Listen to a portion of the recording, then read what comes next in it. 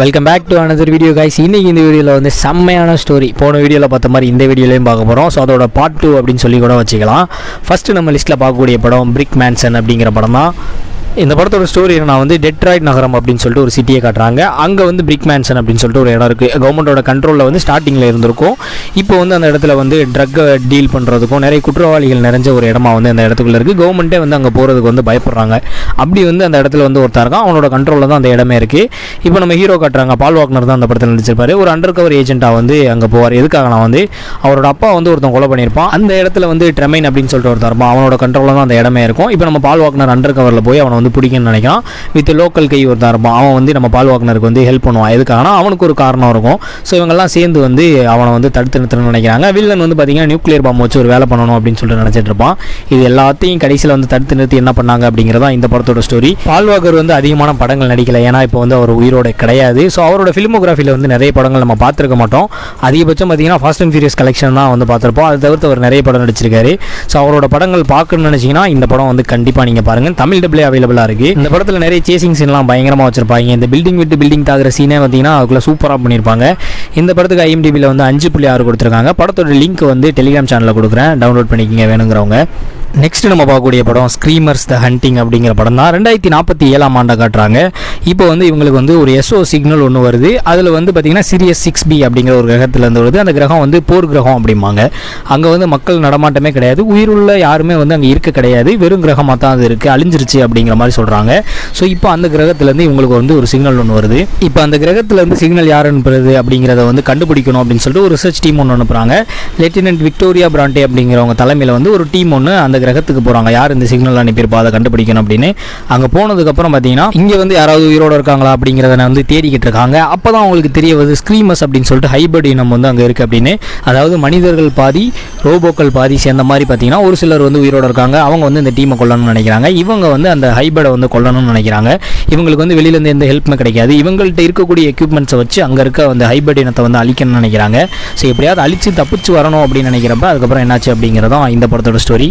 சிம்பிளாக சொல்லணும்னா வந்து ரிசர்ச் பண்ண போய் அந்த இடத்துல வந்து இவங்க மாட்டிக்கிட்டாங்க அப்படின்னு சொல்லிட்டு சொல்லணும். இந்த படம் வந்து Amazon Prime Videoல அவைலபிளாக இருக்குது. அண்ட் இந்த படத்தோட ஃபஸ்ட் பார்ட் ஒன்று வந்திருக்கு, 1995 ஸ்க்ரீமர்ஸ் அப்படின்னு சொல்லிட்டு வந்திருக்கு. அதை பார்த்து தான் இது பார்க்கணுமான்னு கேட்டிங்கன்னா டேரெக்டாக நீங்கள் இதை பார்த்துட்டு போயிடலாம். இந்த படத்தோட லிங்க்கும் டெலிகிராம் சேனலில் கொடுக்குறேன், மறக்காமல் டவுன்லோட் பண்ணி பார்த்துங்க. செம்மையான ஒரு படம் கைஸ். போன இடத்துல என்னெல்லாம் பண்ணாங்க, எப்படிலாம் தப்பிச்சாங்க, சர்வைவலுக்கு எப்படிலாம் இருந்தாங்க அப்படிங்கிற மாதிரி சூப்பராக கொண்டு போயிருப்பாங்க படத்தை. நெக்ஸ்ட் நம்ம பார்க்கக்கூடிய படம் த மிஸ்ஃபிட்ஸ் அப்படிங்கிற படம் தான். படத்தோட ஸ்டோரி என்னன்னா வந்து ரிச்சர்ட் பேஸ் அப்படிங்கிறவர் தான் நம்ம ஹீரோ. இவர் வந்து ஒரு பயங்கரமான ஒரு மாஸ்டர் கிளாஸ் திருடன் அப்படின்னு சொல்லணும். இவர் ஜெயிலேருந்து எஸ்கேப் ஆகி இப்போ ஓடிட்டு இருக்காரு. இப்போ வந்து ஒரு டீமை சந்திக்கிறாரு. அவங்க வந்து முரட்டுத்தனமான திருட்டு கும்பல். அவங்களோட பேர் தான் மிஸ்ஃபிட்ஸ். இவங்களுக்கு வந்து இந்த டீமுக்கு வந்து ஒரு கொள்கை ஒன்று இருக்குது. ஏன்னா வந்து இருக்கிறவங்க கிட்ட வந்து கொள்ளையடிப்பாங்க, இல்லாதவங்க கிட்ட வந்து கொள்ளையடிக்க கூடாது அப்படிங்கிற ஒரு கொள்கை ஒன்று வச்சிருக்காங்க. ஒரு மாடர்ன் ராபின் ஹுட் அப்படிங்கிற மாதிரி வந்து சொல்லணும் இவங்களை. ஸோ இப்போ வந்து கத்தாரில் இருக்கக்கூடிய ஒரு ஜெயிலில் வந்து கோல்டு இருக்குது அப்படின்னும், எல்லா இடத்துலையும் பேங்க்கில் தான் கோல்டு இருக்கும். இதில் வந்து ஒரு ஜெயிலில் வந்து கோல்டு இருக்குது, அதை கொள்ளையடிக்கணும் அப்படின்னு சொல்லிட்டு நினைக்கிறாங்க. இந்த டீம் வந்து பயங்கரமாக பிளான் பண்ணி போகிறாங்க. அங்கே வந்து இருக்கக்கூடிய கோல்டை வந்து கொள்ளையடிச்சாங்களா இல்லையா, அதுவும் ஜெயிலில் போய் கொள்ளையடிச்சாங்களா இல்லையா அப்படிங்கிறதான் இந்த படத்தோட பேலன்ஸ் ஸ்டோரி. ஸோ அந்த ஜெயிலில் பார்த்தீங்கன்னா பயங்கரமான செக்யூரிட்டி இருக்கும், ட்ராப் இருக்கும். அந்த கோல்டுக்கு வந்து பார்த்தீங்கன்னா நிறைய பேரோட பினாமியோட கோல்டு அப்படிங்கிற மாதிரி இருக்கும். ஸோ அதெல்லாம் தாண்டி எப்படி கொள்ளையடிச்சு வெளியே வந்தாங்க, எஸ்கேப் ஆகி வந்தாங்க அப்படிங்கிறதான் இந்த படத்தோட ஸ்டோரி. இந்த படம் வந்து தமிழ் டப்ல இருக்குது, Amazon Prime Videoல இருக்குது. டெலிகிராம் சேனலில் லிங்க் கொடுக்குறேன், வேணுங்கிறவங்க வந்து டவுன்லோட் பண்ணிக்கோங்க. தமிழ் டப்ல இருக்குது. ஸோ ஒரு வித்தியாசமான ஒரு ஹைஸ்ட் படம், ஜெயிலில் போய் திருடுறாங்க. ஸோ அப்போ எந்த அளவுக்கு செக்யூரிட்டி இருக்குன்னு நினச்சிங்க, கண்டிப்பாக பாருங்கள் இந்த படத்தை. நெக்ஸ்ட் நம்ம பார்க்கக்கூடிய படம் நான் ஸ்டாப் அப்படிங்கிற படம் தான். ரொம்ப ஃபேமஸான ஒரு மூவி இது. பில்லி மார்க்ஸ் அப்படிங்கிறவர் தான் நம்ம ஹீரோ. ஒரு ஏர் மார்ஷலாக இருப்பார். ஒரு ஃப்ளைட்டுக்கு வந்து ஒரு செக்யூரிட்டி, ஒரு போலீஸ் ஆஃபீஸர் மாதிரி ஒரு ஆள் இருப்பாங்க. ஸோ அவங்க தான் அவங்க கண்ட்ரோலில் தான் அந்த ஃப்ளைட் இருக்கும். எந்த ஒரு பிரச்சனை நடந்தாலும் அவங்க தான் பார்த்துக்கணும் அப்படிங்கிற மாதிரி இருக்கும். இப்போ அமெரிக்காலேருந்து லண்டன் வந்து அந்த ஃப்ளைட் போகுது. நம்ம ஹீரோ வந்து ஏர் மார்ஷலாக இருக்காரு, இந்த ஃப்ளைட்டில் இருக்காரு. அந்த ஃப்ளைட்டில் வந்து 150 பேசஞ்சர் கிட்ட அந்த ஃப்ளைட்குள்ளே இருக்காங்க. இப்போ வந்து நம்ம ஹீரோக்கு பில்லி மார்க்ஸுக்கு வந்து ஒரு மெசேஜ் ஒன்று வருது. ஒவ்வொரு 20 நிமிஷத்துக்கு வந்து ஒரு ஆளை ஒரு பேசஞ்சரை வந்து நான் கொள்ளுவேன், நீ எனக்கு வந்து $150 மில்லியன் வந்து பணம் கொடுக்கணும் அப்படின்னு சொல்லிட்டு. இவருக்கு வந்து யார் இந்த மெசேஜ் அனுப்புறா அப்படிங்கிறது தெரியாது. ஸோ சொன்ன மாதிரி 20 நிமிஷத்துக்கு ஒரு தடவை உண்மையாக ஒரு கொலை நடக்க ஆரம்பிக்கும். ஸோ இப்போ வந்து இந்த 150 பேரில் வந்து யார் அந்த குற்றவாளி அப்படிங்கிறத வந்து இவர் தேடி கண்டுபிடிச்சாரா இல்லையா அப்படிங்கிறதா இந்த படத்தோட ஸ்டோரி. ஃப்ளைட்டில் தான் ஃபுல்லாகவே இந்த படம் வந்து ட்ராவல் ஆகிட்டு இருக்கும். படம் ஃபுல்லாகவே அந்த ஃப்ளைட்டுக்குள்ளே வந்து யார் இவன் தானா அவன் தானா எவன்டாவன் அப்படின்னு சொல்லிட்டு தான் படம் ஃபுல்லாகவே போயிட்டு இருக்கும். கடைசியில் கிளைமேக்ஸில் பயங்கரமான ஒரு ட்விஸ்ட்டை வச்சு இவன் தாண்டாவன் அப்படின்னு சொல்லிட்டு பிடிப்பாங்க. செம்மையாக பண்ணியிருப்பாங்க இந்த படத்தை. இந்த படம் வந்து Amazon Prime Videoல வந்து தமிழ் டப்ளே அவைலபிளாக இருக்குது. செம்மையான ஒரு படம் கைஸ். முழுக்க ஒரு ஃப்ளைட் த்ரில்லர் படம் அப்படின்னு சொல்லிட்டு சொல்லணும். இந்த படத்தை ஆக்ஷன் எல்லாமே ஃப்ளைட்டுக்குள்ளேயே நடக்கும். கண்டிப்பாக அந்த படத்தை பாருங்கள். 2014 ரிலீஸ் ஆகிருக்கு. 6.9 கொடுத்துருக்காங்க IMDb ரேட்டிங்கில். செம்மையான ஒரு படம். இந்த படத்தோட ஆக்டர் வந்து இந்த மாதிரி படம்லாம் பயங்கரமாக பண்ணியிருப்பார். அடுத்து நம்ம பார்க்கக்கூடிய படம் டைம் லைன் அப்படிங்கிற படம் தான். ஒரு adventure scientific time travel film இது. படத்தோட ஸ்டோரி என்னன்னா வந்து ஒரு ஆர்கியாலஜி ஸ்டூடெண்ட் டீம் ஒருத்தவங்க இருக்காங்க. அவங்க வந்து ஒரு பேலஸில் வந்து ரிசர்ச் பண்ணிக்கிட்டு இருக்காங்க.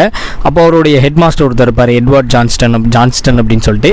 அவர் வந்து ஒரு டைம் ட்ராவல் மிஷின் கருவி மாதிரி ஒன்று இருக்கும், அதை யூஸ் பண்ணி டைம் ட்ராவல் பண்ணி 1357 ஆண்டுக்கு வந்து ட்ராவல் பண்ணி போயிறாரு. ஸோ அவரை வந்து காப்பாற்றணும் அப்படின்னு சொல்லிட்டு அவரோட ஸ்டூடெண்ட் எல்லாம் சேர்ந்து திரும்பி இவங்களும் வந்து அங்கே ட்ராவல் பண்ணி போகிறாங்க. போனதுக்கப்புறம் பார்த்தீங்கன்னா அங்கே வந்து ஃப்ரெஞ்ச் வர்சஸ் இங்கிலீஷ்னு சொல்லிட்டு ஒரு வார் ஒன்று நடந்துகிட்டு இருக்கும். அதெல்லாம் நடுவில் மாட்டிக்குவாங்க. அவங்க கடைசியில் எப்படி திரும்பி வந்தாங்களா இல்லையா, அங்கே போனதுக்கப்புறம் என்னாச்சு அப்படிங்கிறதான் இந்த படத்தோட ஸ்டோரி. ஸோ ஒரு வித்தியாசமான ஒரு டைம் ட்ராவல் கான்செப்ட் அப்படிங்கிற மாதிரி இருக்கும். பட் அதை தவிர்த்து பார்த்தீங்கன்னா இந்த படத்தில் முக்கியமாக வந்து இந்த படத்துலையும் பால் வாக்கர் ப்ளஸ் வந்து கெரால்ட் பட்லர் அப்படின்னு சொல்லிட்டு பெரிய பெரிய ஆக்ட்ரஸ், லெஜெண்டரி ஆக்ட்ரஸ் அப்படிங்கிற மாதிரி நல்ல நல்ல ஆக்ட்ரஸ்லாம் பண்ணியிருப்பாங்க இந்த படத்தில். ஒரு டைம் மிஷின் டைம் ட்ராவல்லாம் வந்து ஃபியூச்சர் பாஸ்ட் அப்படிங்கிற மாதிரி இருக்கும். பட் இந்த பாஸ்ட்டில் வந்து வார் ரிலேட்டடான சீனை வச்சு வார் சம்மந்தப்பட்ட படம் அப்படிங்கிற மாதிரி கொண்டு போயிருப்பாங்க படம் ஃபுல்லாகவே. ஸோ நல்ல ஒரு கான்செப்ட் அப்படின்னு சொல்லணும் படத்தில். அண்ட் இந்த படத்தில் வந்து டைம் ட்ராவல் ப்ளஸ் வந்து பார்த்திங்கன்னா ஆக்ஷன் சீன்ஸ்லாம் வந்து சூப்பராக பண்ணியிருப்பாங்க. அண்ட் அவங்களுக்குள்ள ஃப்ரெண்ட்ஷிப்பு, எமோஷனலாக வந்து சாக்ரிஃபைஸ் சீன் அதெல்லாம் வந்து ரொம்ப கனெக்ட் ஆகுச்சு நம்மளோட பார்க்கும்போது. ஸோ இந்த லிஸ்ட்டில் சொன்ன எல்லா படத்தோட லிங்க்குமே இருக்குது, நான் ஸ்டாப் படத்தை தவிர. அந்த படத்தோட லிங்க்கும் கிடச்சிதுன்னா சேர்த்தே வந்து பார்த்திங்கன்னா டெலிகிராம் சேனலில் கொடுக்குறேன். மறக்காமல் வேணுங்கிறவங்க வந்து டவுன்லோட் பண்ணி பார்த்துங்க. எல்லா படமோட லிங்க்குமே வந்து தமிழ் டப்ளே அவைலபிளாக இருக்குது. ஸோ அவ்வளோதான் கைஸ், இந்த வீடியோ பிடிச்சிருந்துச்சுன்னா லைக் பண்ணுங்கள் கைஸ். லைக் பண்ணிட்டு சப்ஸ்கிரைப் பண்ணிட்டு பெல் ஐக்கான் கிளிக் பண்ணிட்டு பாருங்கள். அண்ட் இது மாதிரி நிறைய மூவிஸ் வேணும் அப்படின்னு நினச்சிங்கன்னா நீங்கள் சப்ஸ்கிரைப் பண்ணால் தான் உங்களுக்கு கண்டிப்பாக வந்து நோட்டிஃபிகேஷன் வரும். நோட்டிஃபிகேஷன் வந்தால் தான் நீங்கள் வீடியோ பார்க்க முடியும். வீடியோ பார்த்தா தான் படம் டவுன்லோட் பண்ண முடியும். ஸோ அவ்வளோதான் கைஸ், இதே மாதிரி பயங்கரமான ஸ்கிரிப்டோட நெக்ஸ்ட் வீடியோவில் வரேன். See you guys, tata, by.